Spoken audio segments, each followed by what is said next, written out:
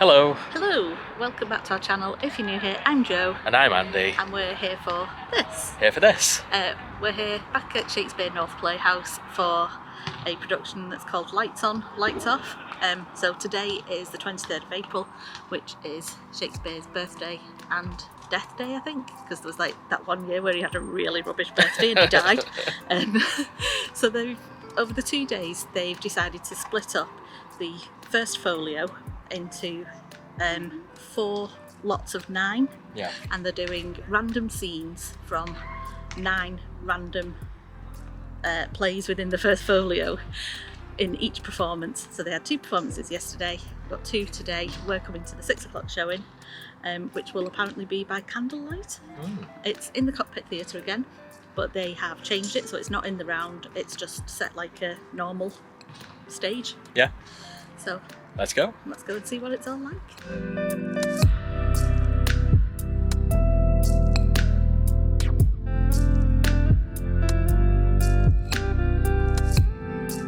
And we're back in the room. Ta-da! Ta-da! If you've watched our last review of Musicals Rock at the Bridgewater Hall, which I'll leave linked up there somewhere, we have actually been out and come back. Yeah. Because we literally ended that by saying we were going out, and now you may notice that the light is a little bit different because it's dark outside now. Yeah, so we have been out. Oh, that was good. It was such an eclectic mix. It was. It was a fantastic show, and they were doing 4 showings over the course of the weekend. I sort of explained it, possibly very badly, but it was called Lights On, Lights Off. This is Shakespeare's birthday weekend, so they were doing 4 performances, 2 on Saturday, 2 on Sunday. And through those 4 performances, they basically divided up the First Folio of Shakespeare's work and performed, I think it's 9 scenes within each of the 4 performances. You didn't know, when you're booking, you didn't know what you were going to see, or whether it would be lights on or lights off.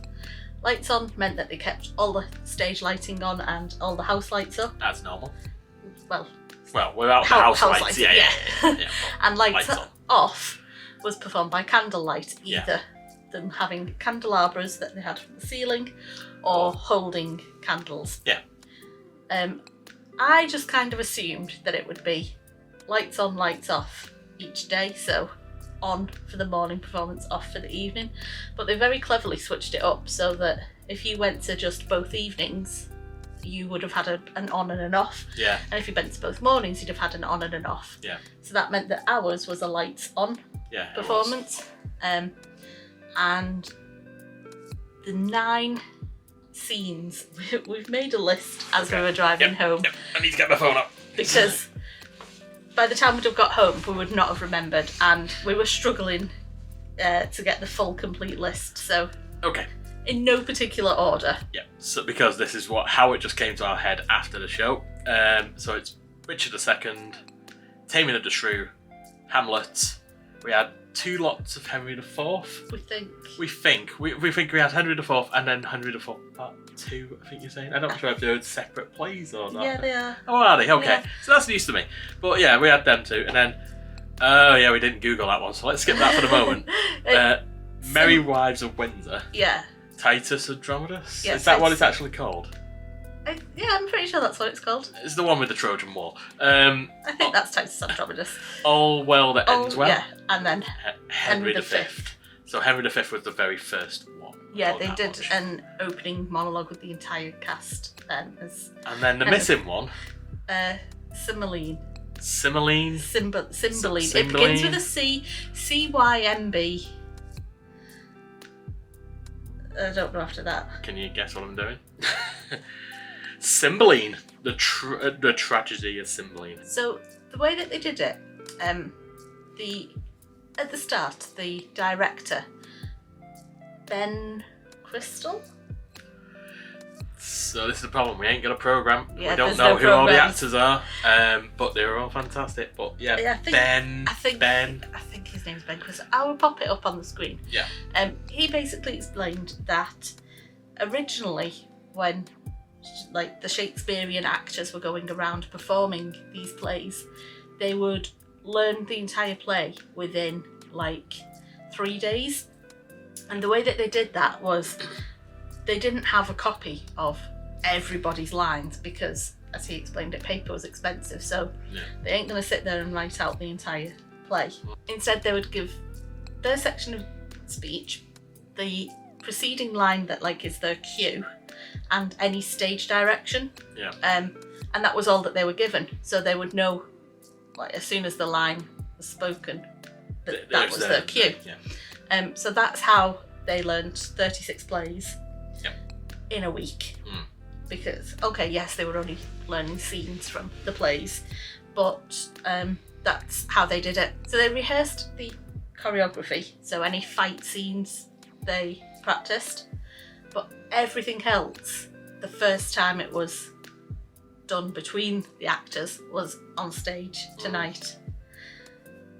Which made for some very interesting situations. Because it was how every person interpreted the character that they were playing, and people had to like bounce off each other. So there were some amazing choices. Yes, there were. It was so good. It's quite difficult to sort of describe this because it was so very ad-libbed. It's like we could explain it, but no one will probably ever see it performed like that again. Yeah, because it was that was it. It was just that off the cuff, on the moment. All that was fixed was the script and, like, you know, you said the choreography. But bar that, it was all just from the actors' minds there and then. And they didn't have like a wide range of props. They had scarves. Scarves as and a stick. Yes, for one character. Yeah, I think my favourite was the Merry Wives of Windsor. Yeah. Although I did really enjoy the Titus Andronicus as well. Yeah, because the actors involved in that one really played it well. Yeah, they did. First thing we both said to each other when we came out was, I wish I'd booked for the other performances. Yeah, it was a mistake not to. We should have done all 4. If something like this comes up again, then we'll definitely be doing it. 100%. Yeah. It was just amazing. This was a production that is on Pay What You Decide. So you could pay as little as £3 to go to the performance, or I think it was like up to any amount that you wanted to type in. Yeah. Like it suggested, I think, up to 20, and then it just had an other way you could put in. Yeah. So we paid £10 each for our ticket plus booking fee. Yeah. It was £10 well spent. I feel like we underpaid, I'll be honest. Yeah. Because it was that good. Yeah.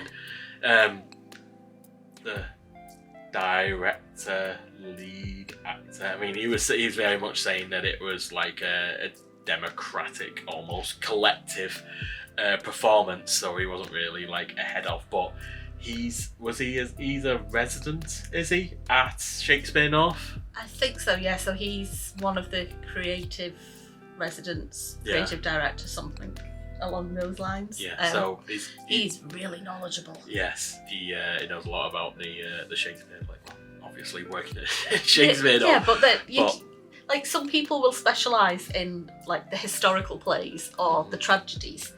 His specialism seemed to just be the First Folio, which is a lot to specialise in.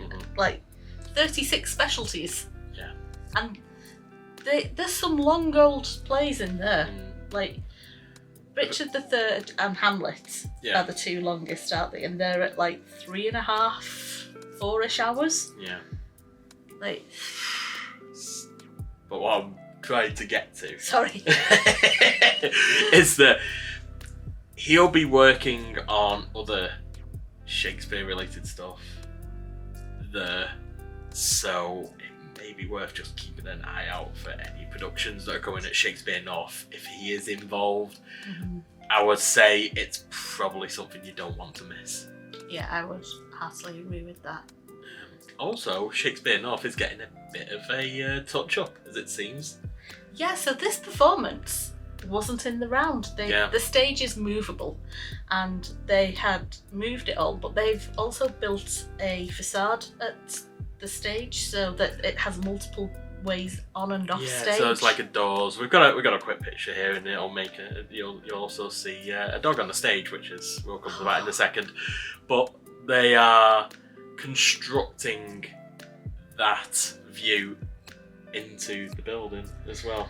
Yeah, so they're gonna extend it out and around the actual cockpit theatre, he was saying. No, I think he was just talking about that side that they were doing. The lower ground, like the lower level, would be that facade. I fully expect it'll be removable. Oh yeah, no, it's but totally. They're doing like all oak columns and proper craft work and that sort of like all detail. That sketched wall is sort of exactly what they're going for. Yeah. With the doorways and stuff like that, and it'll have a balcony. Yeah, so it already has the Juliet balcony, Yeah. which apparently was last night's performance. Night, yeah. So. They also did Othello last night, and Othello is my absolute favourite Shakespeare play, and I'm pretty gutted that we didn't get Othello. One thing so it's really hard because we don't know the names of any of the actors. Yes. There was a mix of amateurs and professionals. And not that you could tell who was amateur or who was professional, No, because they were all really they were good. fantastic. There was one actress as well who was she described it as her first proper acting job, and she standout. Blew me away. Yeah. So they still had like scripts with them. The cue sheets. Yeah. Which they were. I wouldn't say they were reading from. No. They were more. Much like when we went to watch Richard III, they were using it for prompt rather than reading from it. Except she didn't. No, she was memorised it. She knew them all, and she was in a lot of the scenes, and she was really good. The scene from Hamlet, it was the classic "to be or not to be, that is the question." Yeah. As expected. That scene goes into the downfall of Ophelia and her going crazy, and they had two people play Ophelia to symbolise like her mind splitting almost, or the conversation of the two parts of her brain. It works so well. Yeah, because the common grief in the middle, they both said it at the same time, whereas then it was almost like a conversation. It was fantastic. Yeah, and to think that they hadn't actually practiced that to know who was going to say what line, it just flowed out that way. Yeah. They were saying that the night before they had done a similar thing in Othello with Desdemona, and actually had 3 Desdemonas, which Crazy. I would have loved to see that, especially in the candlelight. Yeah. That would have just been phenomenal. So I really hope that they do this similar thing again, because the director did say that him and somebody else. Andrew, was it Andrew? I think so. Yeah, Andrew's American. Who was friends with him. It's something that they've done this kind of thing a few times. So hopefully that means we will see it again. Yeah, because it seems to be a brilliant format that works. And we will definitely be going to all performances next time. Yeah. And also we've got to make a special mention to Ben's emotional support dog. He had a working doge. Who responded to applause because he knew that was the end of the show, so he has to come out to come out and show himself. But he's allowed on stage when people clap. But the problem is that we're clapping after every scene, so the dog was just mooching onto the stage. Constantly coming out like, okay. Very cute. No, okay. Very cute King Charles Spaniel. Oh, it's adorable. We'll say, bit of a scene stealer. Yeah. Because at the very start, like after they'd done the introductions and they'd done that first choral scene, they did a scene from Richard II. Yes. And just as Ben was about to say his line, to roll into the start of it, the dog just wandered out, and he was just like, "Really? Go back to your bed." Bed. And then the dog just kind of like, "Okay then." But yeah. So I think that wraps it up for now.